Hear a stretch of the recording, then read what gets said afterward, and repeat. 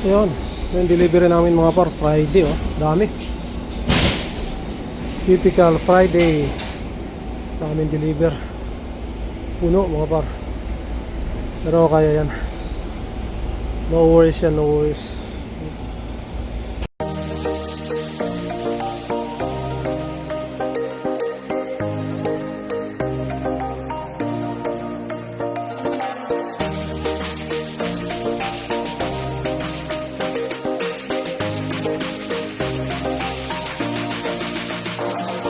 Ito, Davao del Sur, nandito. Oh, Canada!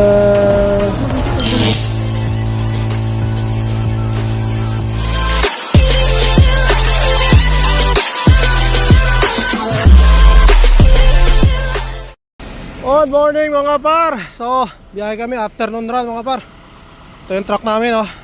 Sama ko si Kuya Abe.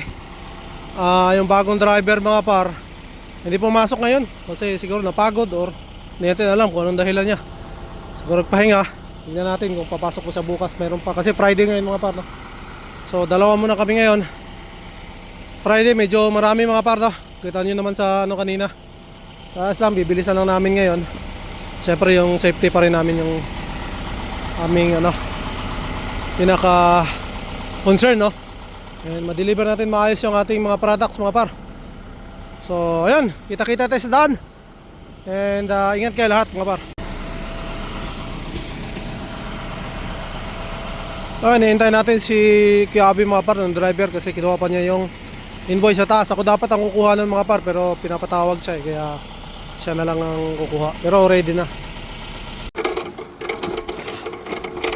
Okay, tama naman natin yung best friend natin mga par no? Abangan natin yung driver natin, dito ang labas na no. Kasi dito tayo nag-deliver tayo ng isa dito mga par.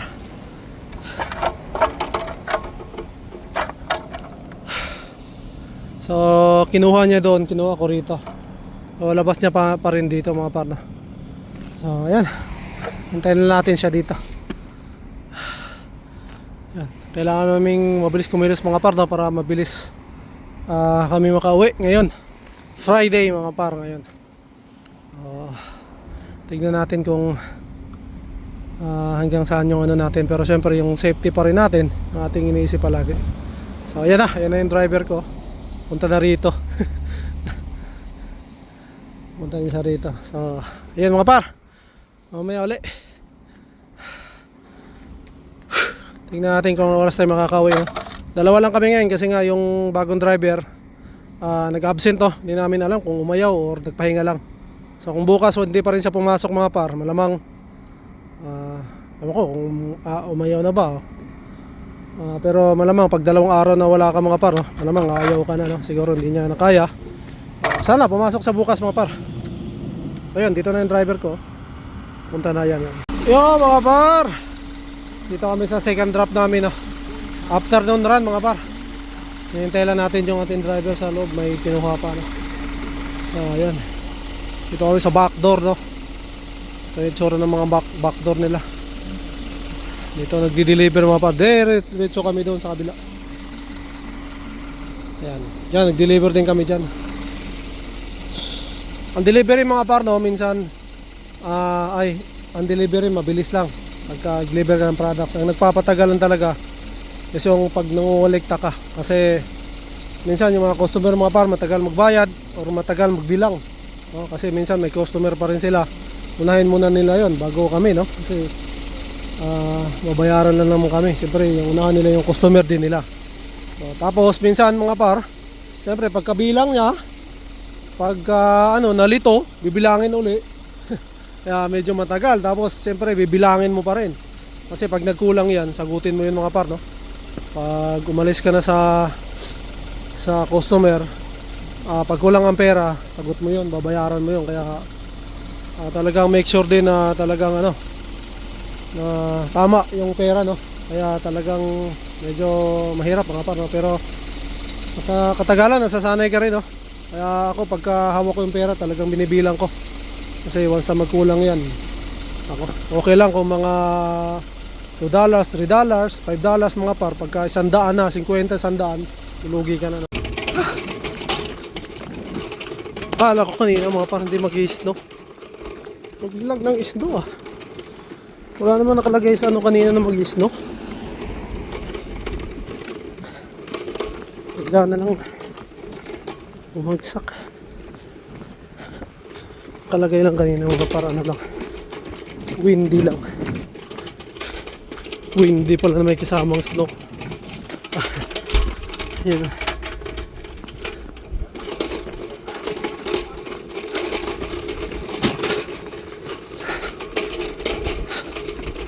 Kaya naman i-deliver to mga par na as fast as we can.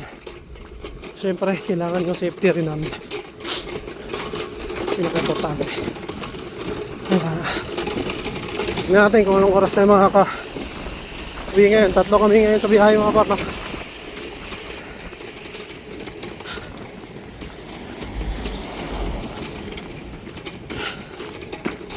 Check namin no? Check namin yan mga par.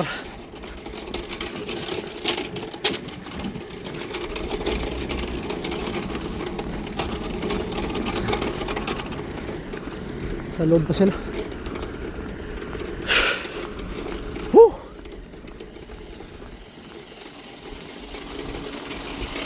Tingnan nyo mga par kung gaano pa karami. Ayan. Puno pa oh. Ayan, puno pa mga par ba? Oy! Shout out mga par. Halfway na kami, malapit na kami matapos. Kunti na lang. Nandiyan na. Yan na yung kasama ko. Kaya ulit mga par. Takbuhin ko lang. Last stop mga par. Stop namin.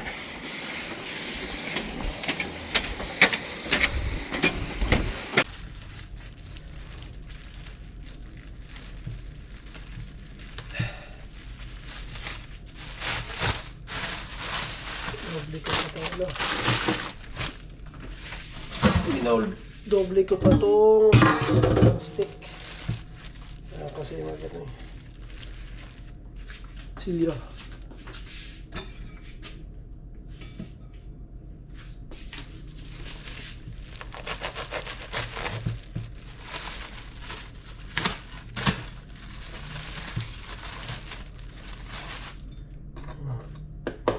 Mami oh.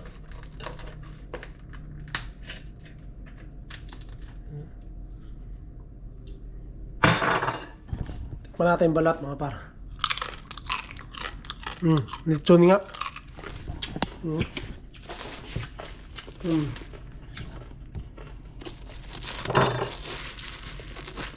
Ulo mga par, diba? Buo.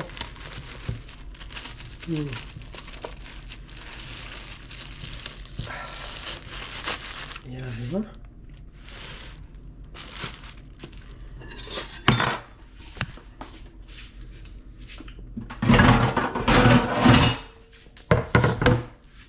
Anong gusto mo? May pakso tayo?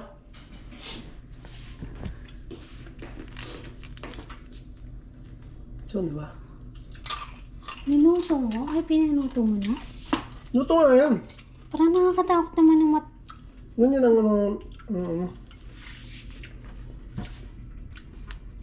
diba? Ang dami niyan. $10 lang yan. Bili ko. Isang buong ulo. Sige. Pakso tayo? Hindi.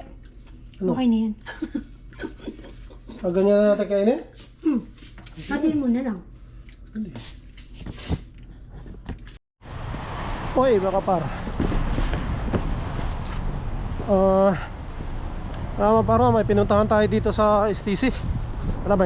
May documents na tayong ipapascan. Hindi na raw sila nag-scan mga par, no? Kaya hindi na tayo, lakad na lang tayo.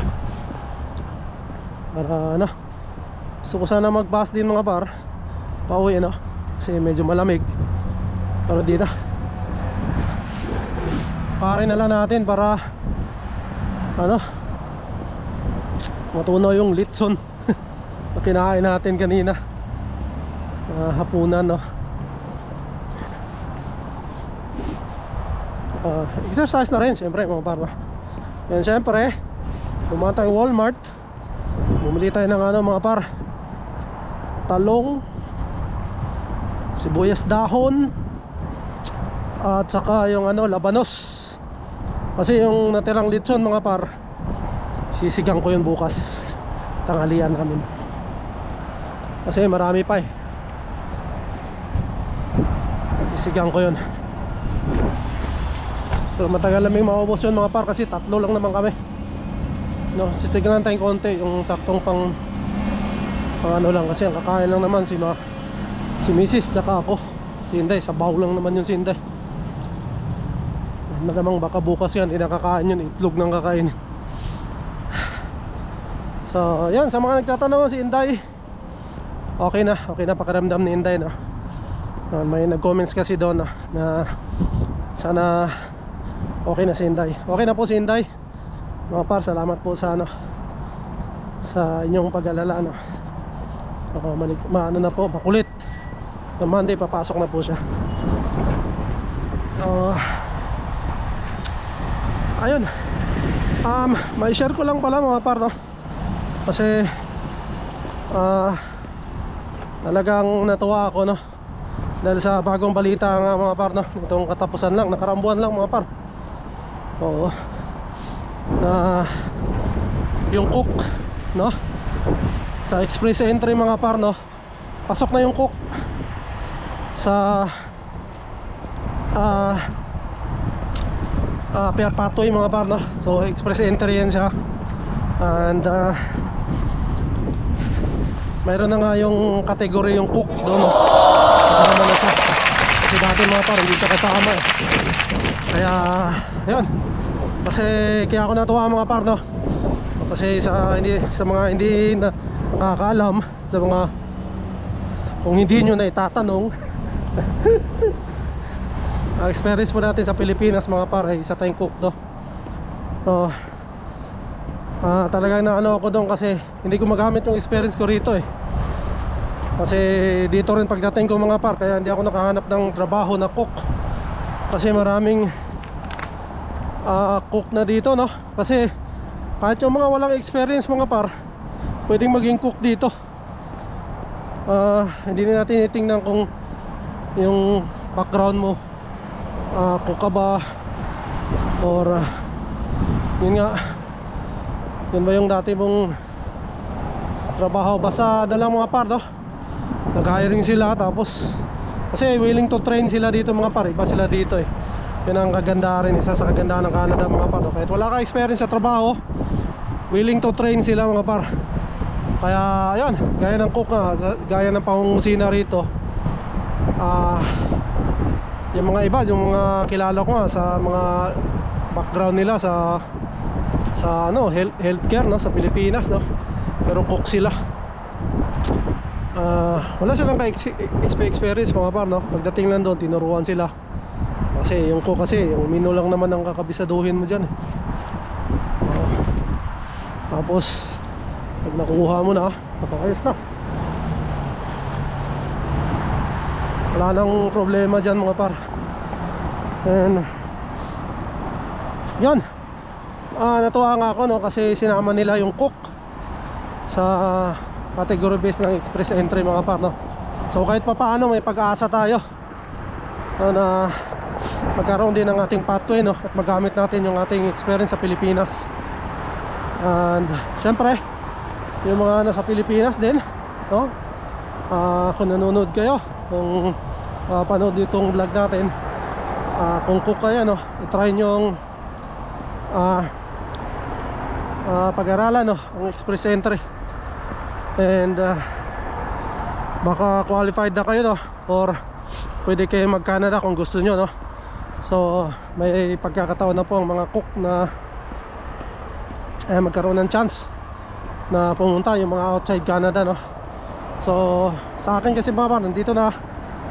So ang gagawin ko na lang, yan nga, makahanap ako ng trabaho siguro as cook. And nakalagay kasi doon mga par, no, 6 months experience for the past 3 years. So medyo okay naman tayo. Pasok naman tayo. And pero marami pang kailangan anahin mga partner. Pero nakakatuwa lang kasi kasama na yung coke, no? And yun ang i-workout natin kasi yun naman talaga yung experience natin. And yun, may nakikita akong konting ano mga partner, konting ilaw. Konting liwanag pala. And syempre hindi lang naman si Mrs. ang inaasahan natin na makahanap ng pair pathways namin. Siyempre pati rin tayo mga par para dalawa. So kung hindi siya mag-work, ako ang mag-a-apply mga par, no? Kung mas madali yung akin, so ako na lang, no? Mag-a-apply para ma-PR na kami dito. Marami pang ano yan mga par, no? Gagawin, no? Sa ganyang ano kasi point system nga, titignan pa natin kung abot pa yung points natin, no? Siyempre maraming mga ano yan, mga kailangan pang i-workout natin. Unang-una na dyan yung ano, yung yun nga, yung self-pip, yung English test, no? And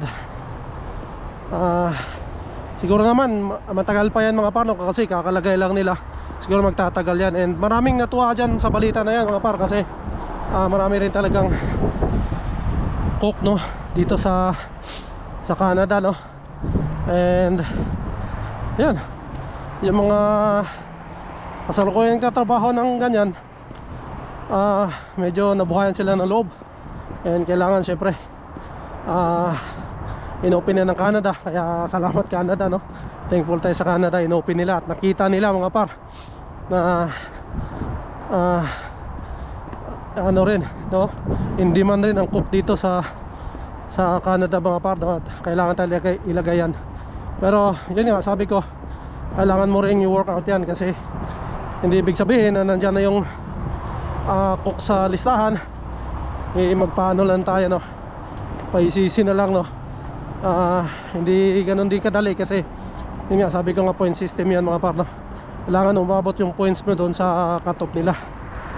And yan, sana magkaroon tayo ng ano mga par, ng pag-aasa soon, no? Na maka-apply tayo. At ayun nga, hindi lang naman cook mga par, mayroon din yung sa mga teachers, no? Siyempre in demand din yung mga teachers mga par, no? Kaya sabi nga nila, and sabi nga nila mga par, no, maraming mga Pilipino ang mag-aano dyan, maraming mga Pilipino ang natuwa kasi marami din Pilipinong pasok dyan mga par, no? Lalong lalo na dyan sa mga teacher na ano na yan, no? So yan po, sa mga gusto malaman yung category based list, no, ng trabaho mga par, no, pasok sa express entry, no, yung bagong dinagdag nila, no. Mayroon ding nawala, mayroong dinagdag mga par, no. So punta lang kayo sa IRCC mga par, no. Doon nyo makikita yung mga listahan mga par, and then pag-aralan nyo, baka pasok na kayo doon, no. So yan, kaya